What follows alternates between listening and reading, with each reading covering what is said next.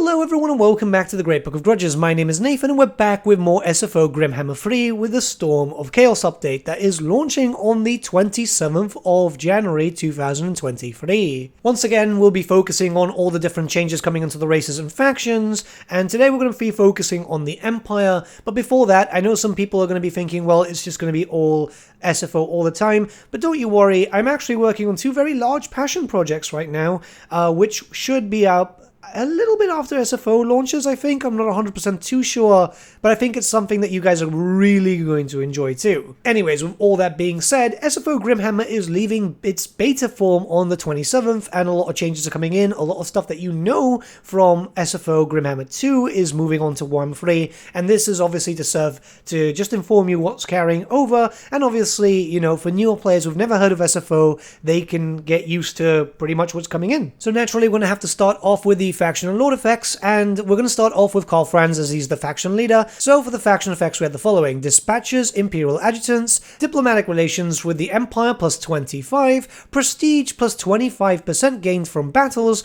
Lord Recruitment rank plus 5, Melee Defense plus 5 for Empire units, Allied armies faction wide, Upkeep minus 10% for Swordsmen, Pikemen, Spearmen, Halberdiers, Archers, Huntsmen, Free Company, Militia, Crossbowmen, and Handgunner units. It's going to be quite beneficial for you if you want to field a lot of armies. Onto the Lord effects now, we have the following: can replenish in neutral territory Lord's army, character experience gain plus 100 own characters in province.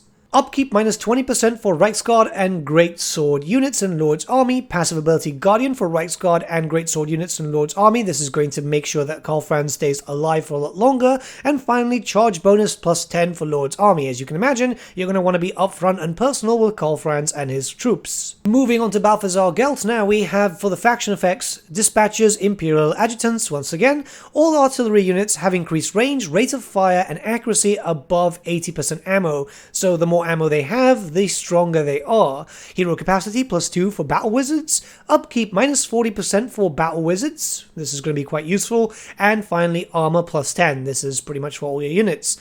Then for the Lord effects we have the following: Hero access success chance plus 5% for wizards, all characters faction wide, Hero recruit rank plus 2 for battle wizards faction wide once again, Winds of Magic cost minus 20% for Lore of Metal spells, and Missile Strength plus 25% for artillery units in Lord's Army. Again, you know, you're going to want to bring the big booms. Moving on to Marcus Wolfheart, first the faction effects. So limited roster, only basic units are immediately recruitable. Reinforcements from the Empire bring powerful units to bolster your armies. This is what you're used to in vanilla. Again, with vanilla, hostile actions will result in retaliation from local factions, but will also empower your armies. Recruit rank plus 5 for Huntsman Generals. This is going to be quite useful. Income from sacking settlements plus 50% faction wide. And finally, Diplomatic Relations minus 50 with the Lizardmen. It's going to be a little bit tough over there. Now, with the Lord effects, we have the following: Upkeep minus 20% for Archers and Huntsman units in Lord's Army, Ambush success chance plus 50% for Lord's Army, Ambush defense chance plus 50% for Lord's Army, and finally, Attribute Woodsman for Lord's Army. Very similar to vanilla, but then again, kind of fits with the theme, doesn't it? And lastly, we have Volkmar the Grim, which has the following faction and Lord effects. Volkmar is able to collect and seal the Books of Nagash, increasing his military prowess and preventing them from being exploited by others. SFO will also grant a little bit extra corruption reduction and also a few bonuses to your troops. Magic item drop chance plus 25%, cooldown minus 25% to battle prayers and accusation, and finally unique unit Army of Sigmar. We'll be talking about the units later on. For the Lord effects we have the following: Control plus 5, own local province, physical resistance plus 10% for Flagellants, Sigmarite Disciples, Empire Knights, and Free Company Militia in Lord's Army. Casualty replenishment plus 10% for Flagellants and Sigmarite Disciples in Lord's Army. And finally, Melee Defense plus 5 for Flagellants, Sigmarite Disciples, Empire Knights, and Free Company Militia units in Lord's Army. There's been a rework regarding the effects of authority, both the positives and the negatives. This means that you're going to be much better off with a higher authority than you were before, as you're going to get a lot more benefits, but you will feel more punished with a few different ups there. if you start going into negative authority and a potential civil war. It depends on how you want to play with it, but this definitely is going to be a lot more helpful to you considering that, well, the Empire is not really hospitable at the moment, isn't it? In addition to Festus into the area has just made the Empire into its own little Lustria ball, the Empire ball, and it is very noticeable. There's also a new system in place, which is the Imperial Adjutants, which is a way for you to spend more prestige. As you know, with these campaigns, especially if you start playing into the later turns, you will end up with a lot of prestige. Here you'll be able to get some bonuses, hell, even being able to summon in units into combat, and I think this is a pretty good system as, yeah, I've done loads of campaigns and have had tens of thousands of prestige. It depends obviously on how aggressive you play, but you know, when it gets to that point where you're just steamrolling, it's nice to be able to have a little bit of an extra boost to just make you a little bit stronger, especially if you're going to be fighting against some factions which can counter you. While we're also in the comment of prestige and so on, whilst we're here with the elector counts, yeah, you're going to get some better bonuses. Sometimes better faction-wide bonuses, sometimes just better for your generic army, but the idea is this is going to be much more worth it now, because yeah, they're elector counts. They're supposed to act like pseudo-legendary lords when you boost them up, so more benefits will come into play, and yeah, you can just play around and decide who you're going to make into an elector count of, say, for example, Sylvania or the Wastelands. They're very powerful bonuses, but keep in mind it's going to take a while for you to be able to confederate, as, you know, Draika and Vlad and Festus and sometimes Kazrak, sometimes he gets stuff done. Yeah, they can be a bit of a problem and they will start taking over, so you're going to have to take those areas back. Electoral machinations have been fleshed out to provide a lot more different options. As you can see here, you can have military access, you can establish trade, defensive alliance, military alliance, declare war, and increase fealty. There's just so much that you can do here, and again, this helps with the bloat of prestige, as you do generally get quite a lot. And these options, in all fairness, we should have had this in vanilla, but hey, you never know for the future in a future patch. These types of things are just quality of life things that really do help flesh out your campaign into a more immersive campaign, which is pretty much what we want from a sandbox. With regards to technology, we have a bunch of focus on religion, which is something that's very, very important with the Empire. So you can devote to either Sigmar or Ulrich, those are the two main gods here, and there's also some minor deities, so you can get some bonuses there too. Now, you won't be able to get them all for a campaign. In fact, this just allows you to have a little bit more fun and have replayability, especially if you start using, say, for example, faction unlockers or other legendary lord mods, just to add a little bit more flavor. If you play as Boris Todbringer with a faction unlocker, for example, well, you can focus on Ulrich. If you're going to play as Karl Franz, you might as well focus with Sigmar, as, well, you know, it's lore-friendly, and yeah, I mean, at the end of the day, just do whatever you want. I'm not your mom, but you know what I mean. Overall, this just adds a little bit more for you to do. Now, keep in mind that, you know, they are fairly expensive, as it's 10,000 gold. At the very beginning, you won't be taking too much advantage of this, but once you start settling within your territories, then it's not going to be too much of an issue. And finally, we've got a few new buildings for the Empire, mostly centered around religion, so a lot of stuff which focuses around churches and so on, because, well, again,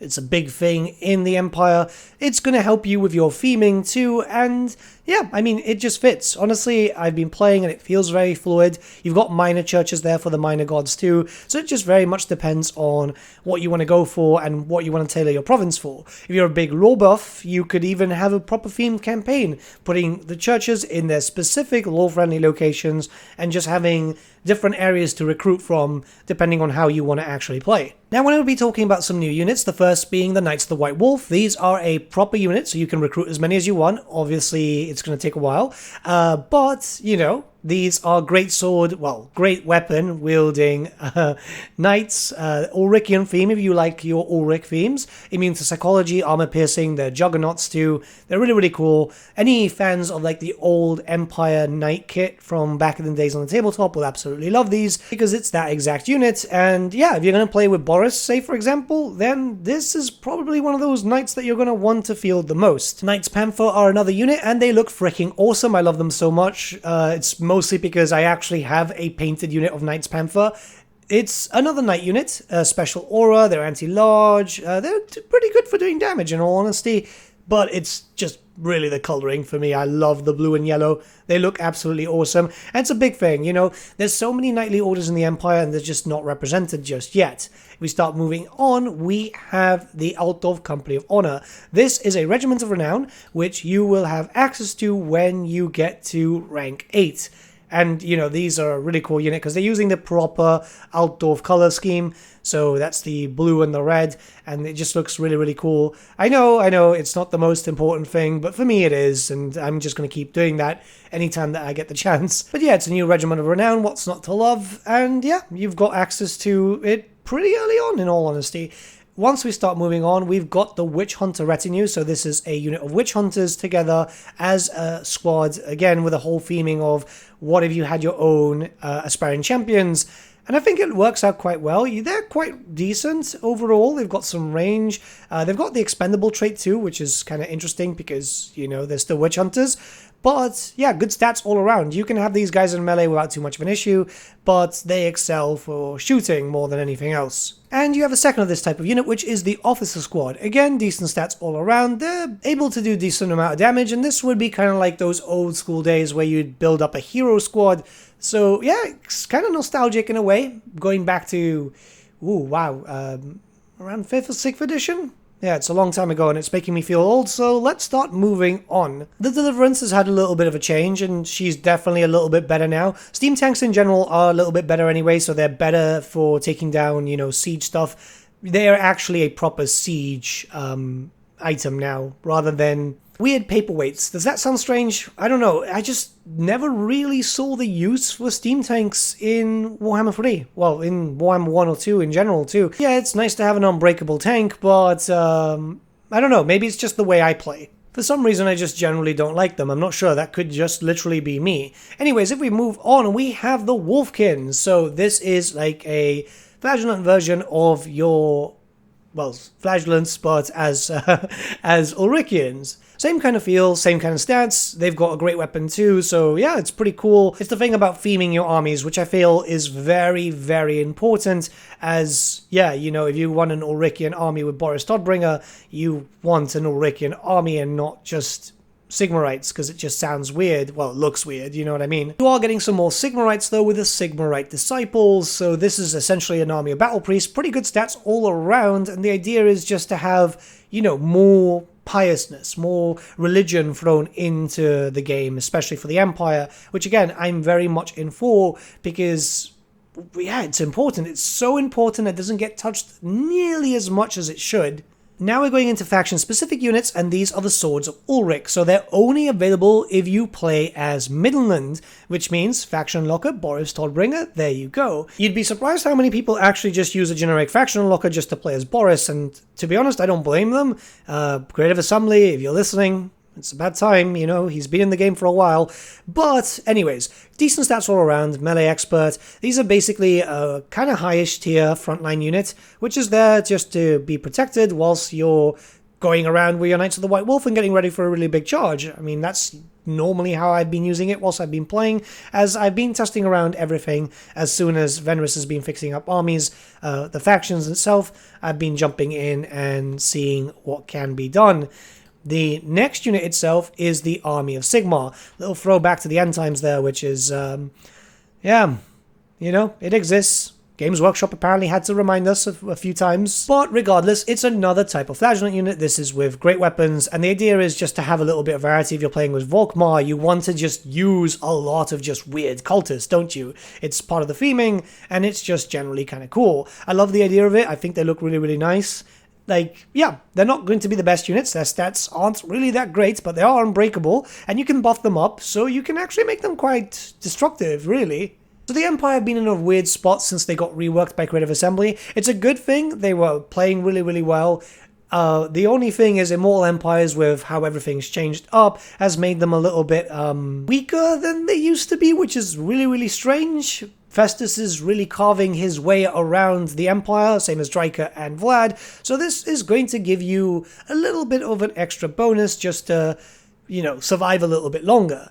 Obviously, there's other factions for you to play, like Volkmar or as Marcus Wolfhart, but the majority of you guys are most likely going to be playing as either Balthazar Gelt or Karl Franz. Let's be very, very honest here. So yeah, you've got a fun campaign. I've had a lot of fun playing as Karl Franz. I normally play as like the faction leader, and Franz was actually really, really enjoyable. Anyways, with all that being said, let me know what you guys think about the Empire changes in the comments below. The SFO team will be checking out these comments just for, you know, feedback and all that type of stuff. And again, there'll be another video coming up soon. Remember that this patch launches on the 27th, so it's not too long now. And I hope you guys have fun when you're able to play. See you all very, very soon, and have a good day.